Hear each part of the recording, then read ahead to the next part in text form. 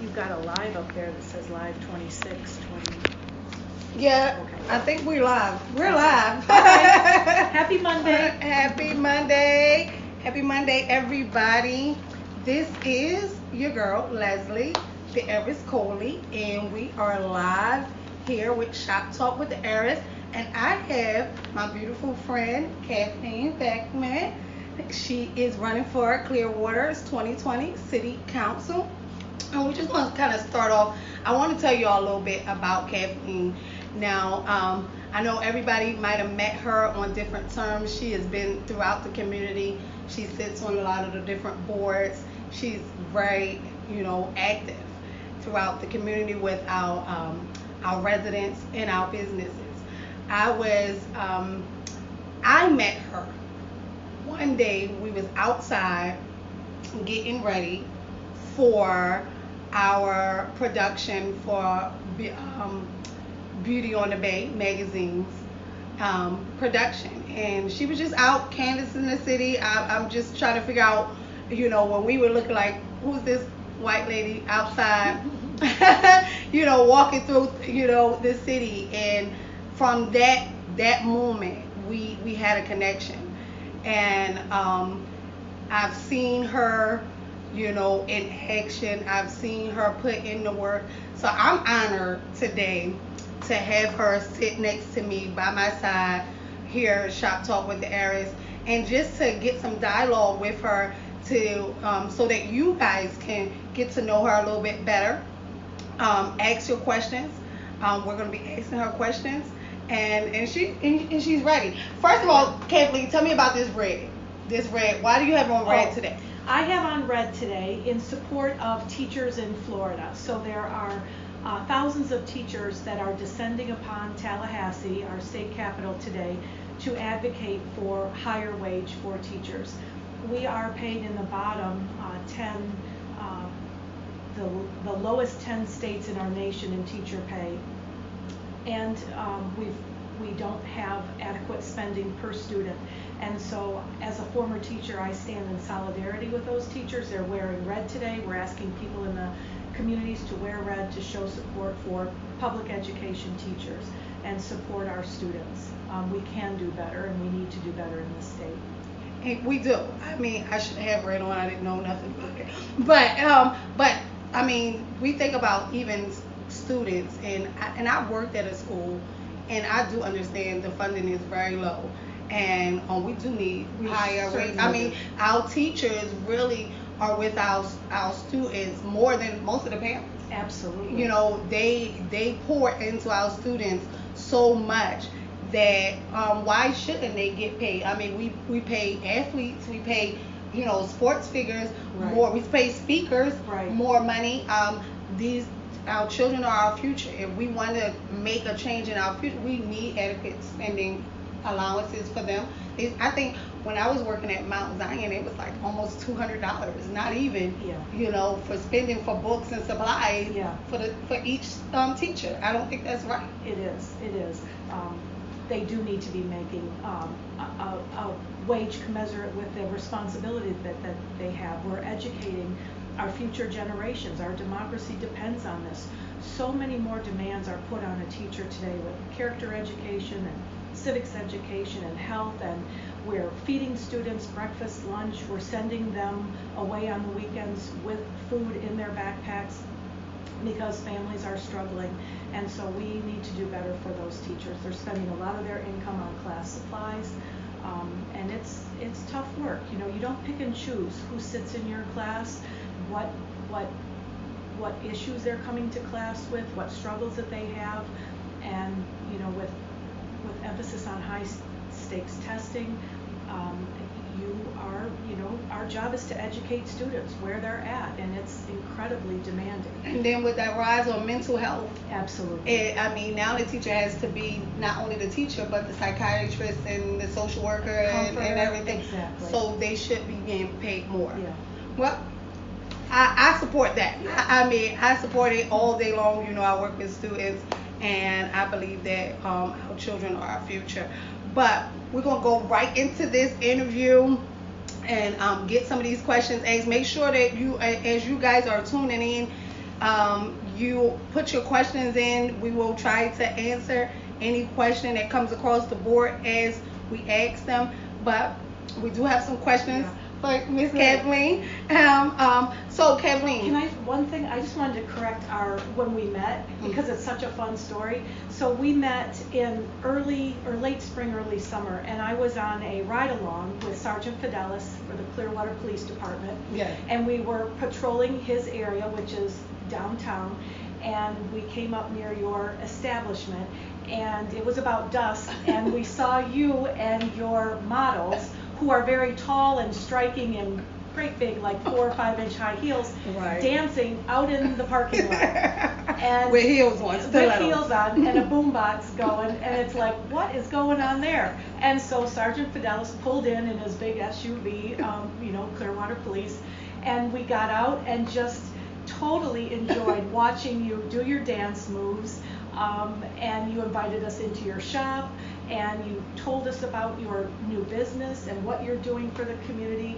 And I know he and I were both thoroughly engaged and really in awe of what you were doing, and it was really fun. And your models looked so exotic, and it was just beautiful to see all that heart and soul, practicing dance moves on black asphalt in the middle of, Yes, it was hot. It was hot. It was hot out there, and we had our paving is not all that not great. Even. No, it's not for being out there in those hills, but we made it happen, and I was so happy that you was even able to come to our event, and that was phenomenal.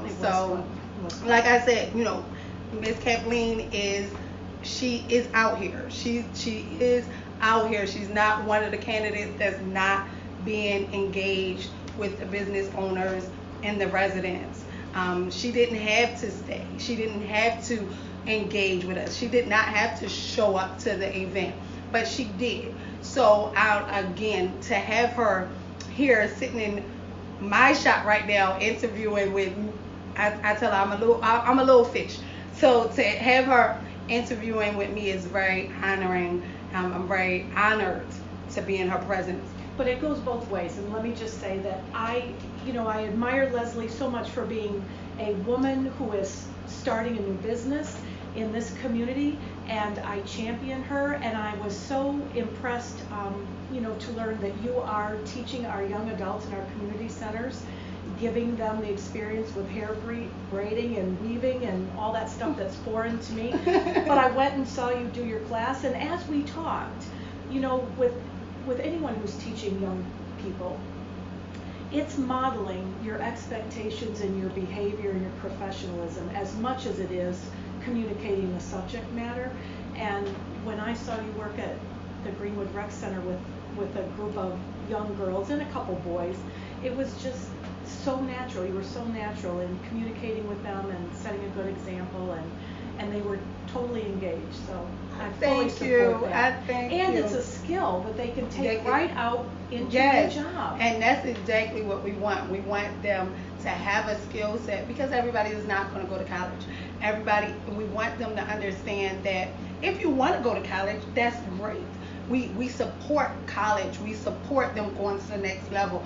But we also support you having a skill, because even when you're in college, I mean, this is a skill that while you're in college and you have this braiding license and this technical skill of entrepreneurship, that while you're in college, you can actually still be making money while you're in college. Because I know I was in college, and it's hard, eating noodles and and ramen noodles and everything. I went to college and I had children at that time, so just to be able to make a living wage and take care of your family and take care of things, having that skill set, no one can take that away from you. So you can go off and get, I don't care how many degrees, but that little skill set is something that you will always have in your pocket to continue to make money. Absolutely. So that's why I tell them, like, don't take it for granted. It's something that somebody will always need their hair done.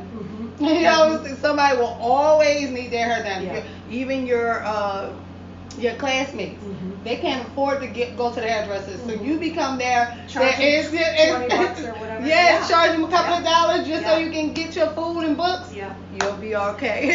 and not to keep going, but the other thing about what you do at Greenwood Rec Center, and I know I put you in contact with Brad with the YMCA to do classes there as well, is that when I knock on doors and people ask me, or say, I want more things for kids to do in the community, especially when I knock on doors in the summer. We need more summer activities for our students, our residents, our young adults here in Clearwater, or after school activities. And I say, well, what I can do is advocate for more of that at our rec centers and our community centers. I can't affect our public schools except to support our teachers as they advocate for more pay. But I can make sure that there are more learning opportunities in our rec centers as well that empower kids with a skill like that. And that's one of the things going into 2020 that I'm looking, if I can get in. We have things like the art club. That's great. But a lot of times they're just sitting there, they're playing, and you know what I'm saying, they're just being watched. Mm-hmm. But more of a preschool more, young, yeah. But we need primary. more stuff for before and after school care, and even in our alternative schools. Mm-hmm. That okay, if these students are problematic, then let's give them a trade. Yes. Let's give them something that, because maybe their attention span is not very long-winded. So we need a specialized course for those that may not can sit through, right. And a have whole different streams. Different right. streams, so right. they can have income and everything like that, so they won't be out here right. getting in trouble. Have a job, and they have can dignity, respect. They can start at 16 years old. Yes. and become their own bosses. Yeah. And that's what Operation Young Boss is is about. empowering. I'm so happy to have that. But anyway, enough about me. All right. So, Kathleen, can you describe the moment that you decided to run for the Clearwater City Council? What event prompted you to take action in that way?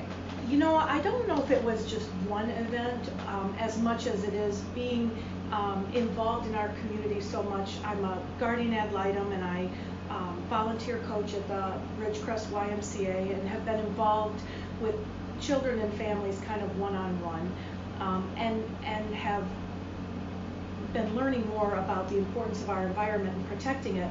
And I speak before the City Council time and time again about representation of diversity, about our environment, taking environmental initiatives, setting measurable goals, and they don't do that. And so, you speak before them 5 or 6 or 7 times and things don't change, and then you look at the history of who's been running, who runs unopposed, do people with your values actually run, and it doesn't seem that they do.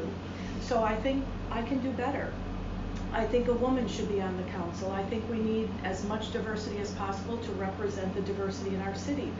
And when I realized that generally there's not a lot of people stepping up to run, it was like, well, I will. It's kind of a put up or shut up thing. And I'm fortunate that I'm retired. I'm fortunate that I have good health. I'm fortunate that I have time and energy and passion and determination, the intelligence to run and listen to people. And that's why I've spent since last January, when I decided I'm going to run. I had a core team that I talked to, that I've been working with politically, as we advocated for Amendment 4, getting it on the ballot, getting it passed. And they said, yes, I think you should run. I think you can win. I think you're the one to do it. I have been literally knocking on thousands of doors since January of last year, and talking to people in all parts of the city. And so I'm learning what's important to them, and most often it aligns with my values and my concerns as well. And so it wasn't a one light bulb moment. It was more of building up that, wow, they're not listening about building and developing. They're not listening about districts. They're not listening about accountability. They're not listening about the environment and neighborhoods. They need to, somebody up there should be listening, and it will be me. So, excuse me. So it wasn't, oh Lord. you want me to get you a drink? My drink. Okay.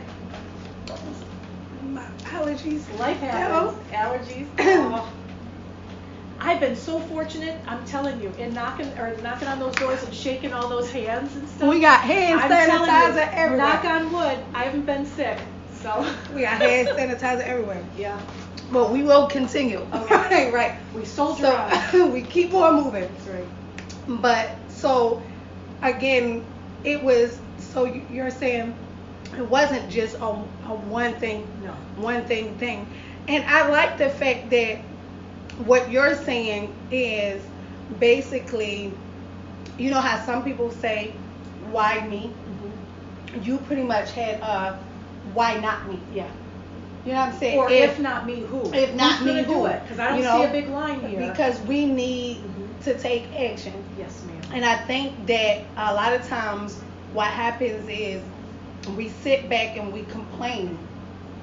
You know, you have a lot of people that can complain about what's not being done, how it's not being done. You know, it's almost like watching football. And everybody wants to say, well, they should have ran this play, or they should have ran that play. But you didn't sign up to play. Yeah, yeah. You know what I'm saying? It's good. You can say whatever you want while you're in the stands. Mm-hmm. But when you get on the field, that's a whole nother thing. Absolutely. And I think that what happened is, what you're saying, what I get is, now you're saying is, I don't want to be in the stands anymore. Right. I want to get in the game. Yeah. If it's going to take action, it's going to take change. The change has to start with me, Mm-hmm. and I'm putting forward Mm-hmm. that effort so that it can start. It- And I that's just. But you know what? And to follow that analogy, so I'm going to get in the game. I'm in the game. I'm working hard. I want to be part of that team that represents. But we need, it can't just be a one-person team, right? It's Mhm. a team. And so in order to affect change and advocate for the things that are important to me and important to the residents that I'm talking to, that I want to work for, they need to show up too. And that's the bottom line. I'm one vote out of five. So I'm one vote out of five. They need to show up. They need to show up too. People of all ages, colors, ethnicities, abilities, interests, you need to show up if you want change. And as you know, when you speak before the council, people listen. When you went and spoke for 3 minutes, it was like a pin. Well, I got set up. You know, it was so quiet you could hear a pin drop. And I'll tell you, it's because normally people of color do not show up and speak, and they need to be heard. Everyone needs to be heard. And it needs to be where that's not unusual. It needs to be where all of Clearwater is represented. It shouldn't be that it's an unusual thing Exactly. that we're coming out. So this is exactly why we're having this meeting and this dialogue, because I'm in that my age group is 40, and most of the people that I know are sometimes younger than me, and so I don't know the young people like, but this is why we're having this, is because of the simple fact that we need to come out. We need our voices heard. We need to show up. Yep. We need to be at the meetings. We need the barbers. We need the stylists. We need the automobile, the construction workers, the business owners. We don't need just the moms. older residents Right. that have had enough, but it's another genre of people. Like, we need to have our voices heard. And it shouldn't be at all No. that, okay, this little, I'm there and finally, someone showed up and said something. I know I'm not from Clearwater. I know people that live here, that's family been here, that have children and generations that here, that you have a voice. And this is the time for your voice to be heard. And there are things like, maybe we could have the meeting start an hour later, not at 6 o'clock when people are still getting home from work or dealing with kids and sports and things after school. Maybe we have meetings start at 7. Maybe we offer free childcare during meetings so people with families can come. There are different things we can do to encourage more citizen engagement. When the Affordable Housing Advisory Board meets at 9 a.m. on a weekday. Well, nobody's there in the audience. Who is meeting at 9 a.m. Exactly. on a weekend? Right. I didn't even know that. Yeah. See, I mean, like 9 o'clock. Yeah. Everybody's taking their children to school. Yeah. Only people that is retired is able to get to that meeting. So Right. these are things that we need to know, because I didn't even know. Right. Well, and speaking of that the Affordable Housing Advisory Board, so there are a number of people that are on that board. I think it's like 6 or 7 or 8. And nobody that I know of has experienced homelessness and on that board. And when I was out canvassing, I met a woman whose name is Lisa. She is an amazing Clearwater resident. She is homeless. She has been an employee at a large chain grocery store here for over 6 years. She can't get full time, and she is like couch surfing is what she calls it. And so she's on waiting list for affordable housing. She knows what it's like. She doesn't have a car to navigate public transportation and figure out what bus am I going to get on to get to my doctor's appointment. So I need to be on the board. She needs to be on that board. Yeah, I done been homeless. I done been homeless. I live in affordable housing right now, Mm-hmm. and you know, and I've caught many of buses. Mm-hmm. But we, you know, again, I'm just getting into this. So I'm thanking And you I am so glad you for, are. you know, for people to enlighten me on these things, because if I did not know about even that, just that mention, Mm-hmm. you know, that makes me say, okay, that's one. Because there's boards that I need to be on. And we don't know what we You don't know, right? But we don't know what we don't know. Exactly. But that means that we need to have that information presently given out, so that more people would know what's Exactly. available Exactly. to us. I mean, it needs to be, you know, I know they have their own little way of doing and letting people know, but I mean, they can, when they canvass for election, they come out to the rec centers, they come out to the football game, they come The forums, yeah. to the forum. So when these opportunities for boards, they need to come out or put flyers out in those places where people can actually know what's needed. But Right. they don't do that. They keep that in their own little center Right. part, and then we have to search Yeah. and figure out. Communication needs The to be communication needs to be Yeah. better. Not only when it's election time, but Right. it needs to be better when just little seats are available Absolutely. for us to be. Or just, you know, sending out, so hopefully I get elected. If I do, it's my intent to stay active with the NAACP or with LULAC or with the Y or the Guardian Ad Litem, to continue the volunteer work that I do. But it's also to, you know, send out notices to people and say, hey, you know, the meeting is this Thursday night. Here's the attached agenda. Remember, you can speak for 3 minutes, and communicate with people that way. You know, I don't know if there are restrictions on whether or not I can have a web page that I can link to people and communicate that way, but I intend to continue to go to all those meetings, to advocate for people to attend and show up. Again, it goes back to, it's not a one woman, one person show. It's a team. And I need my team members, people who care about affordable housing or the environment, or, you know, more educational opportunities at rec centers, to show up. So when I get elected, Leslie, and we're going to discuss, and we have on the agenda, having more, you know, technical education or different programs like yours at rec centers, you better show up and use your 3 minutes to say, this is a good thing, and get 5 more people to show up and do it too. That's right, and that's exactly why, you know, we go on live. We want these audiences that will normally not be included in the forum to be available to know what's happening. To know that they've got power. Their voice have power. matters. They show up, their voice will be listened to, and it matters. The more people that show up and speak the truth, the more it'll be listened to, and you know. And so our next question is, in your campaign, we talked about it.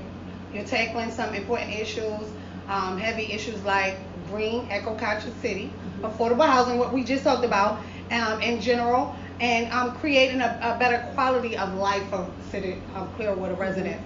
You know, with that in mind, you know, I was just at the meeting about Imagine Clearwater. Do you think that this is the best and most productive use of the city's money? What is your thoughts about Imagine Clearwater?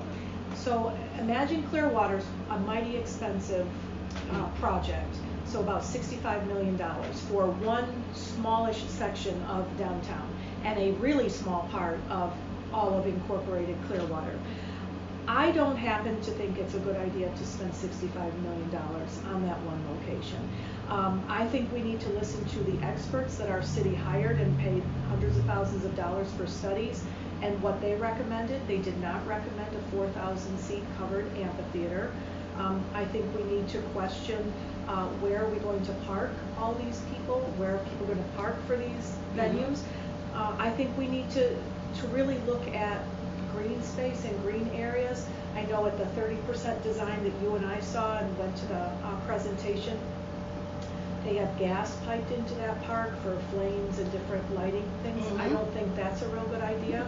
I also think that in order to fund all that, there's talk of a conservancy, and I think that's pretty complex to have a group of people come together and fully take that on kind of philanthropically to support it. I don't know if that'll really happen, and I firmly believe in all of my contacts with people in the city of Clearwater that residents will not support selling that bluff property to help pay for Imagine Clearwater. I would advocate that we hold on to that property. That city owns that valuable property up there, and I don't think we should sell it. I, would envision, if it were up to me, I think at the City Hall property it'd be great to have a great big children's museum. Absolutely. We could have food and different vendors on the ground level, or maybe incorporate some parking there. I don't know how that, but anyway, a family-oriented place to visit, and I think a children's museum would be great. And then we could transition into a park that our park, I think, should be the first green, ocean-friendly, environmentally conscious park, and it can be like an educational park. We can have all sorts of information stations around that park that says, hey, this is solar powered, this is green, these are native plants. We don't, have extra watering here. A learning park. Exactly, exactly. I think that would be just such a showcase. And it won't cost $65 million. I don't think so. I just, I want it to be for the residents. A lot of people who I talk to say, how come downtown Clearwater can't be like St. Pete or can't be like Dunedin? And how come the park can't be like Largo Central Park? Well, when I look at Largo Central Park, it's packed all the time. It really is family friendly. They have a lot of natural shade and big, big trees that they built that playground around. When we look at the location or the footprint of Coachman Park, there is not a lot of natural shade right now. It's pretty open. It's open. And it's hot. It is hot. And so I think designing that park, shade has got to be a priority. Our temperatures are only going up. We didn't even really have a winter here, right? Right. I mean, I don't think I put on a sweater once.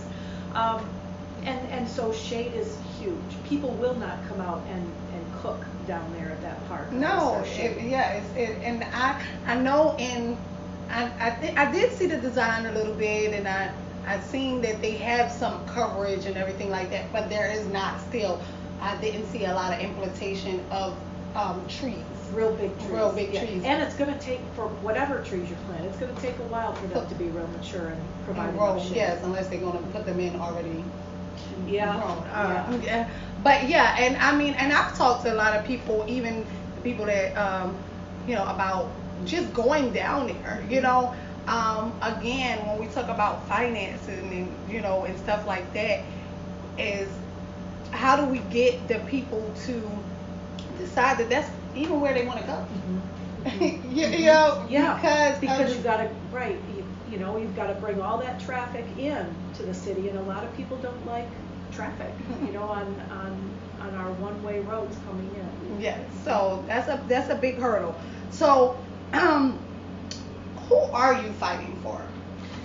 I'm fighting for families and residents, and I'm fighting for the people who live and work here, and I'm fighting for the environment. I really want Clearwater to be a leader in sustainability and protecting our environment for us now, for our health, our economic health and our physical health, and for the health of our children in the future, so that people can come here in the future and enjoy fishing and enjoy the waterfront, and not have it be all cars and asphalt and traffic, and have sea level rise. I mean, climate change is undeniable. It's happening. And we have got to deal with it now. You can't wait until the water is in your basement. You need to deal with it proactively now and trust science. and take measures to reduce our carbon footprint at the city level and put that money that we're saving, and we will save millions of dollars each year. The Pinellas County schools are already doing it just by behavior changes. So Pinellas County schools have changed out lighting to LED. They've changed out, they've monitored behavior with software where, you know, if you have after-school activities, you put all those after-school activities in a certain zone or section of the school, so you're not heating or cooling the entire school. It's behavioral changes, and I'm telling you, literally $5 and $6 million a year to do that without any capital outlay. Other cities are doing that. We need to do that, and really be proactive. And that money can be put back into rec centers. It can be put back into maintaining our infrastructure, which is about 100 years old, and we're already having cracks and leaks and questionable waste discharges in different neighborhoods. And people, you know, call about that. They want those things taken care of. And we need someone that's going to have the listening ear. I think so. To hear that. And you know, and the other thing, when we talk about families and residents, one thing I noticed, and I don't know if it's because I was a swimmer, one of my favorite things, I grew up in the Midwest, so I was always begging, can we go swimming somewhere? Can we go to a beach or something? So, and I was on the swim team and started my little swim team, so it's all about that. But I do notice that, you know, at some of our rec centers, the pools are open at way different hours than others. And I just, when I'm out at a meeting at Greenwood and we leave that meeting and it's you know, 7 o'clock and it's still 90 degrees out and the pool isn't open, on a summer, it's like something's, we got to get this open. Absolutely. Where children and families, where it's conducive to them to go to our rec centers. Yeah, because right now, you know, speaking of affordable housing, and I know that the housing that I'm currently living in the Woodlawn, they're giving passes to all the residents to be able to take part in the Greenwood, that rec center that's right at there, Ross Norton. But the problem is Ross Norton doesn't open until most of the afternoon. Yeah. You know, Yeah. So and I, you know, I'm a member of North Greenwood Rec Center, and so I'm like, oh great, you know, I can just now go here because this is where I go to the gym, right? But I can't go to the gym. I still have to go down to Greenwood to go to the gym because in the mornings that gym is not open. Yeah. So, you know, when you're talking about stuff like that, you know, even in affordable housing, you know, I mean, I was there for the ribbon cutting at Woodlawn, and it's all great. I'm happy to live there, and I'm thankful, you know, that someone like me that is a business owner, you know, can take the time and be placed there until I purchase my home, God willing, this year. But at the same time, we have a shuffleboard there. So my question is, who asked the residents if that's what if they wanted a shuffleboard? Because if you're talking about, when I say who are you fighting for or who are they representing, well, if you're putting families in there with children, who knows what a shuffleboard is? A shuffleboard is normally in older residential places. I don't know a 10-year-old or a 9-year-old that knows what a shuffleboard is.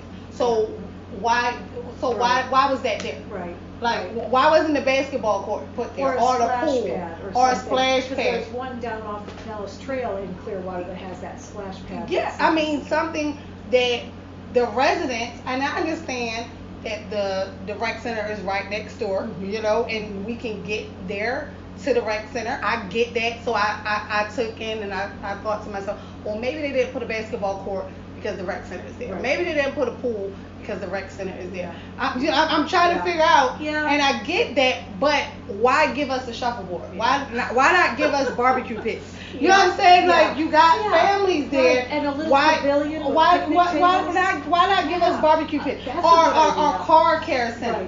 Right. You know, a car care center for us to wash our car. This is what I'm talking about when we make choices for residents without asking a question. Good point. Really like you could not have asked anybody that's going to be living there if that was something, because no one knows what a shuffleboard is. When I asked my son, I said, They put a shuffleboard there. My son is 14. He said, "What is a shuffleboard?" Yeah. I was like, "Exactly." Yeah. You know, and Yeah. I doubt if any other child. So either they're going to be sliding on it or jumping across it, Yeah. but I don't see how that's going to be used. Yeah. But but it was a big thing. They came out and did their ribbon cutting, and like I said, I was there, and it's all nice and everything like that. But it's just like, I think the lesson is to listen to people who are going to be impacted by that decision and welcome their input and solicit their input. Don't just assume, right? Yeah, You've got to invite them to the table. What do you care about? It's like if you invite me to your house to eat or whatever, and you really say you're my guest, and I want you to feel good, then maybe you might want to ask me, what do I like to eat? Right. Or do you have any allergies? Is there something that you like to eat? Yeah. You know, like, don't just assume that because you would have liked the shuffleboard. I mean, I know I'm going on a tangent, but I live there. I live there, and I'm just like, why do we have a shuffleboard? Yeah. Like, the car washing station is a good idea. The car washing station would have been great. My car is dirty right now. Yeah. I need to vacuum out my car and everything like that. That would have been great. I mean, that would have took, even if it wasn't free, I could have put my quarters in there and everything. But something as small as that, or something as small. They got the little playground. That's great. That's only for babies. Ain't for no babies. You know, when you talk about something as small like that, it reminds me. So this Saturday we had a big beach cleanup. So I was on North Beach reaching out to those residents who have totally different concerns than people in Countryside or North Greenwood or Sandkey. And one of the things, we picked up 32 pounds of trash, which was pretty cool, but we picked up a number of, there are sand toys that are left out there from tourists or whoever. And one idea a resident had was, why don't we have a big bin or kind of a crate at the entrance to a couple of entrances to the beach where people can put in sand toys, and it's like, take one, if you want one for the day, take it and borrow it, and then put it back in the bin on your way out. I mean, how wonderful is that? It's like who the likes library, trucking? right? Yeah, like trucking. Or like like the library. But who likes trucking all that toys and stuff for a one-day event, and then you got to store them in your garage? It's like, let's share it. It's community. That's what makes a community a community. It is. You know, and it just sets the tone of we're sharing. We share things. We have a shared experience. We're protecting the environment by not having everybody buy, a $2 plastic shovel. We don't need 8,000 plastic shovels. We can share them. I think that's a great idea. Yeah. I think that's a great. But again, listening to people who are living it. That's what's important. I think when we're in power and we sit in a seat of power, we have to use our power the right way, and we have to listen to those people who is affected. Yeah. It's one thing to have a mind of what I believe they need, and it's another thing to know exactly what they need. Right, what they and if we don't get to listen or hear the need of the people, then we're always going to assume that we know, and then we're giving them stuff that they don't need, right, and not giving them the things that they really do need. Right. So then there's still a lack. Exactly. And so we're misusing funding. We're misusing money because of the simple fact that money is not proportionally divided out the way it needs to be divided out for the actual needs of the people. Right. And what's just as important is not only to listen, but to have everyone sit shoulder to shoulder. It's like, I would rather not speak for you, I'd rather speak with you side by side. And so if it's at all possible to have a variety of our residents come and speak their truth and let the council and our city leaders know what's important, it's so much more powerful to hear it from we need definitely diversity than just somebody relaying it. So I know we talked about the affordable housing, we just talked about the economic disparities, and there's been heavy dialogue around this issue in our community. Many would say that the issue is minimum wage and that the solution is to increase it to a living wage, while others argue that raising the minimum wage will cause inflation and that the real issue is capping costs of rent. What do you think is the solution to the housing crisis? I know it's a big pill. It is but, a big one. A big peel. Oh, it's a big pill. You know, one of those things. Oh, a big pill. That you can't swallow. Yes, it is. It's, in reading and learning and listening and going to some different conferences on affordable housing, it's complex. It's nuanced, and it's a patchwork of different options and actions we can take or advocate for to improve it. Will we solve it? Probably not in our lifetime, sadly, but I think we can make a difference. I firmly believe that we need to raise the minimum wage, and I know that's not, popular with chambers of commerce and all that, but people who work in the service industry, and that's primarily what Clearwater is, are making on average $41,000 a year, and they cannot afford rent of $1,300 or $1,400, $1,900 a month. And so they'll never be able to save up or afford that rent unless they're making more money. And it's just, if you're working for tips, I think it's as low as like $5.80 or something an hour. It's just, that's unacceptable.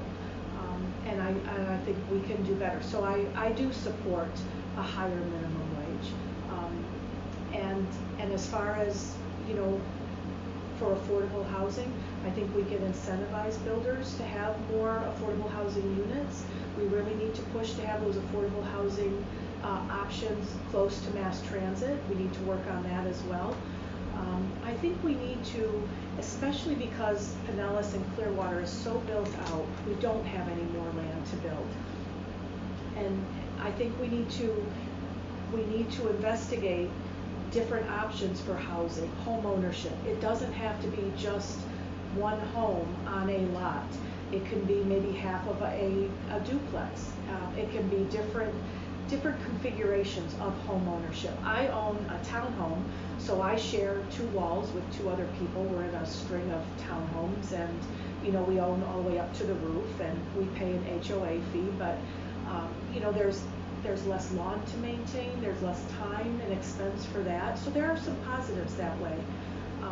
And I do think people should have the option to own their own individual home, but that's not the be all end all. There are different things that I think if we truly want to make it affordable and have someone have an investment, it doesn't have to be just 4 solid walls on your own. And I think that definitely is true, because like I said, I live in affordable housing, and my goal is to own my own home. But I think the conversation that really needs to always happen, especially if we are going to put people in affordable housing, is home ownership. Mm-hmm. I think we need to have more conversations about that. What does that mean? And take the limits off of how to purchase. Like you said, it shouldn't have to always be just a standalone home. What if I want to purchase a condo? Mm-hmm. But home ownership should be an option to to take you from affordable housing to housing, right, for home ownership. Yep. Because if we say that, okay, we need to try to get these people to go from, making this much money, living in Section 8 or low income housing or whatever. Okay, how do we get them from one area to the next area without informed education? Right. Help them save money. We can reward. We can help them save money. I mean, one of the things too is putting, how about an incentive? How about, okay, I understand that, like with Section 8 housing, they go by a certain amount of your income and everything like that. Well, how come some of that money can't be put into a banking system for them to be able to have a down payment? Exactly. And all that thing? They do that. Some cities do that, where like for every year that you've paid your rent on time, you get $1,000 credit. And up to 10 years, you've got $10,000 you've got saved for a down payment. And so those kinds of things can work. Yeah, we need more. I mean, like I said, we like to complain about what's not being done, or or these people, or we like to say, well, these people are doing this, or these people are doing it. Well, at the end of the day, we have to educate. We have to get rid of redlining.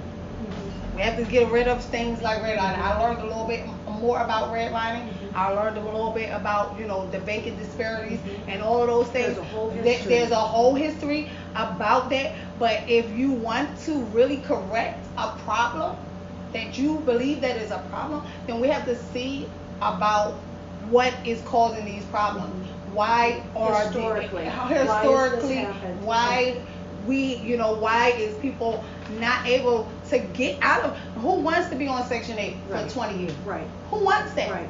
But at the end of the day, if I don't have someone that is educating me on home ownership, on credit management, and savings, right, then all you're doing is telling me to get a job. I get the job, I work, I pay my bills, I don't save anything, right, and rent keeps going up. Then you have not solved the problem. Right. You haven't empowered you, and you're not empowering them, right, to take action or to get on. All you're doing is continue to feed the lying dog. Yeah.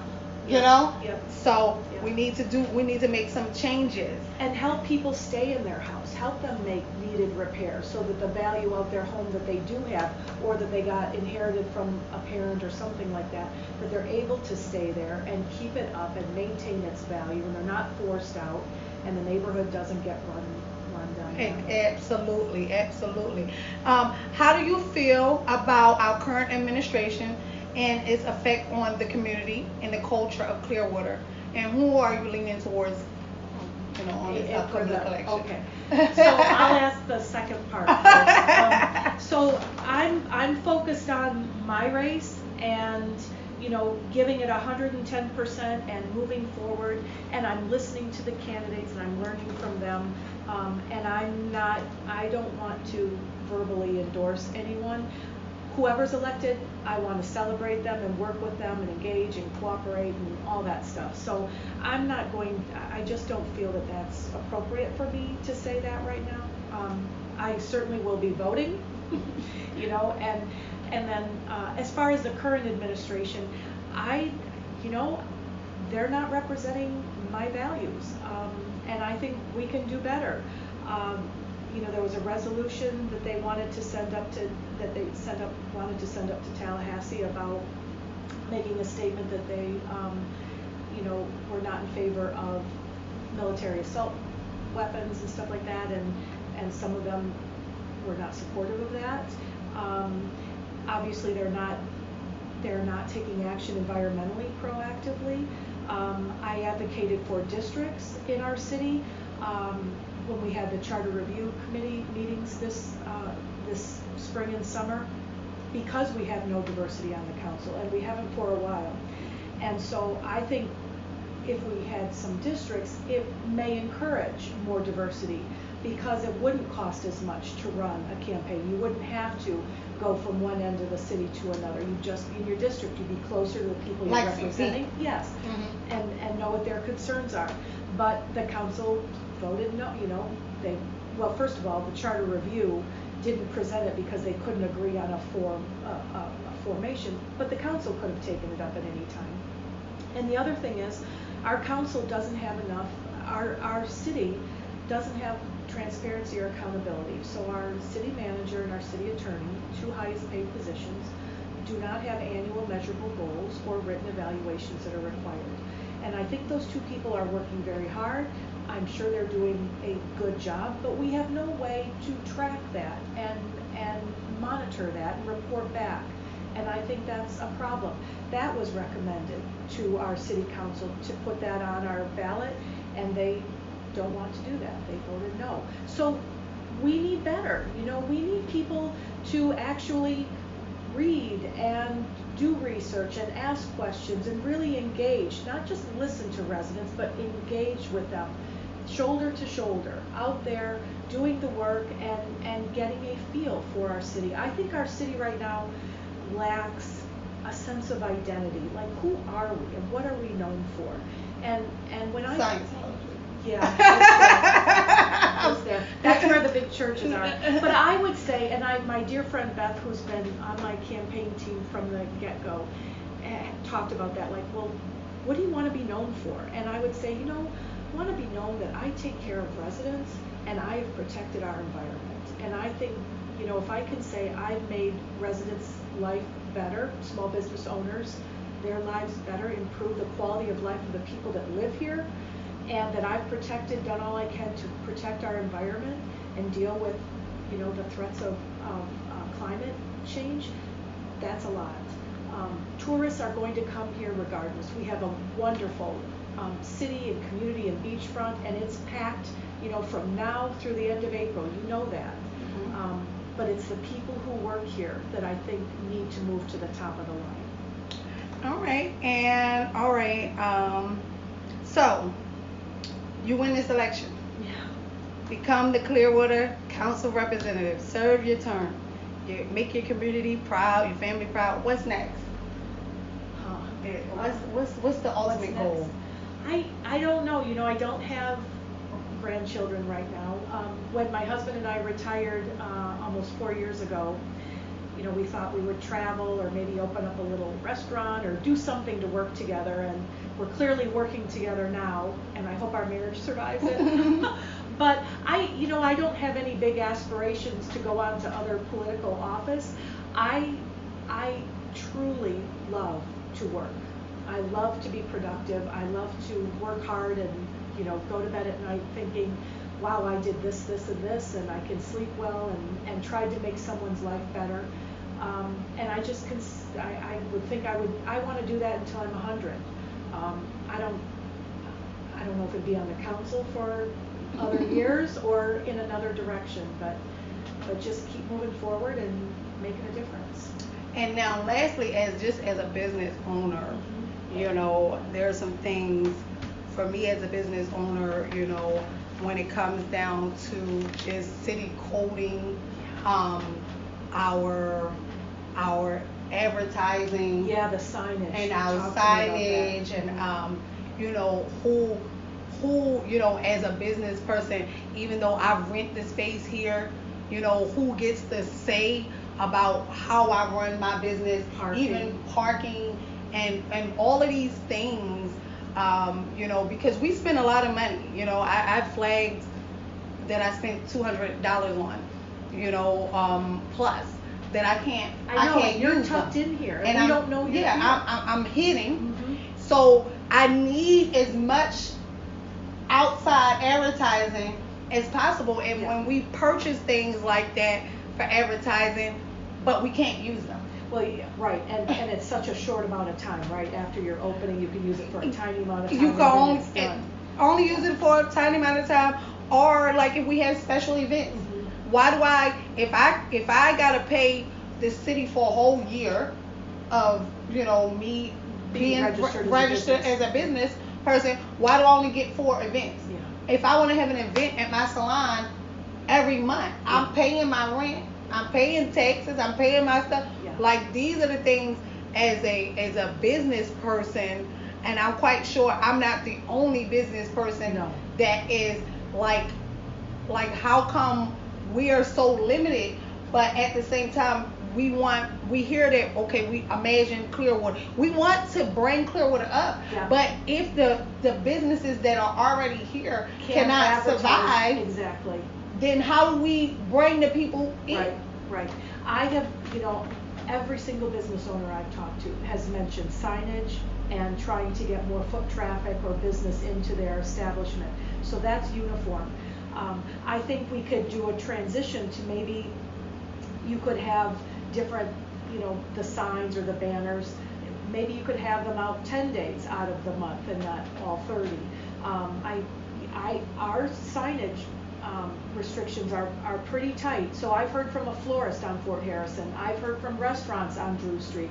I've heard from you here. But the city can put flags up. Yeah, I know. And be out there every day. I know. I mean, you got flag poles downtown Clearwater. The flag poles is up every day of the week. Yeah. So, and there's a little more of a relaxed atmosphere on Clearwater Beach as well. That's a little different. Some sandwich boards that are put out and things like that. And we can't put sandwich boards out. Right. I think we need to increase foot traffic. We need to, first of all, it'd be great to do away with metered parking downtown to get foot traffic there. But I would hope to, embrace small businesses. I think small businesses are what give a city charm and character and identity and something that's unique that they want to come to. You think of when people say, I like downtown Dunedin or I like downtown St. Pete, they like that eclectic, organic, resident-owned businesses. And we need that, and we need to embrace it and celebrate it and make it easy for people to do business in our city. And we also need to hold their hand after they get established to make sure they're successful for the first 2 or 3 years. It's hard, right, to get a business up and going. Absolutely. It's one thing More to open grants. the doors, but yeah. And here's the other thing, Leslie. We live in a community with so many older people, but we've got so much wisdom and knowledge and experience being an entrepreneur, owning a business. Why don't we harness that and have those people be mentors to new startups? I think that would be a great way to engage people and really build a sense of community. We've got wonderful people in the city, wonderful opportunities. We just need to embrace it, celebrate it, and be open to thinking outside the box and not doing the same old, and just giving our city a little more ownership to the residents in the community. We're about to end, but lastly, and I know y'all probably already talked about the CRA, right? At the forum, I was not there. Mm-hmm. So just for our audiences here, we're trying to establish that CRA. What are your views on that? And I fully support that CRA. Tomorrow I think they're having a discussion of it at the. There's a meeting at 9 o'clock, and then there's an evening meeting that I plan to attend. I think the goal of reduction of poverty is noble and crucial, and I'm fully supportive of that. I'm excited that St. Pete has already kind of cut the path. I'm excited that it's been reported by our leadership, Mohammed and Marilyn and others, that the county commissioners are on board, and so it seems like it should be a go. And I think, with encouraging people to stay in their homes, to have more educational opportunities, to have people returning citizens, to help those people in our communities, all of that is important. To start new businesses, absolutely. Yeah. Well, our time is pretty much up. I'm trying to figure out if we had questions. Do we have questions? I don't even know how many questions or what. Okay, great. Let me ready. Stay engaged. You guys make a difference. I think we have a lot more comments on there. Is that Mr. Coley? Is he related to you? That was my ex-husband. Oh, really? Yes. Okay. So, I'm glad that he follows me. So, lastly, if you guys have any questions, make sure y'all put them in the comments. I've tagged you in this, so therefore you can go right back and answer any questions if there's questions afterwards. But I thank you so much for coming in today. This is very informative. Oh, thank you so much. Thank you for what you do for the community. Everybody doing their part makes such a big difference. It really does. I'm so happy I met you. I really am. So, thank y'all for tuning in. Shop Talk with the Heiress. Our special guest, Kathleen Beckman. Go out. Make sure y'all vote. Yeah. Get registered to vote. Make sure you register first so that y'all can vote. And when is the election date? March 17th, St. Patrick's Day. March 17th. We want to see y'all in y'all line. Your voice matters. And follow me on Facebook, counts. Kathleen Beckman for Clearwater. And Kathleen, or you have Instagram? I don't have Instagram yet. Okay. Well, what about Twitter? We want all your information. Okay. Your website is KathleenForClearwater.com, and then the Gmail is KathleenForClearwater@gmail.com, I think. I should know that. It's on all my literature. That's all right. I'll make sure I put it all in the comments. That sounds good. I'll go back in and I'll put all of her information. Make sure you follow her. And again, your voice matters. It really does. I need more of us to be more engaged. And your vote. And your vote is your voice. You cannot, like I always say, I love Miss Merlin's quote, either you're at the table are you on the menu? So let's not complain. Let's talk about it. Shoulder to shoulder at the table. We got to get to the table. You got to get to the voting. You have to make a difference. It does matter. I'll see y'all tomorrow, 12 o'clock. I think I have Mark Bunker. Mr. Bunker, okay. Mr. Bunker will be on tomorrow. God bless y'all. Thank you. Have a nice evening. Tune in tomorrow, 12 p.m. Mark Bunker. All right, we ended it. You're so easy to be with. So we gotta see. So Johnny Coley is your ex-husband? Yes. He's so tall. He's not very tall. No? He's not. Okay. He's not very tall. And I need to see, it's different on here. Oh, let's stop this.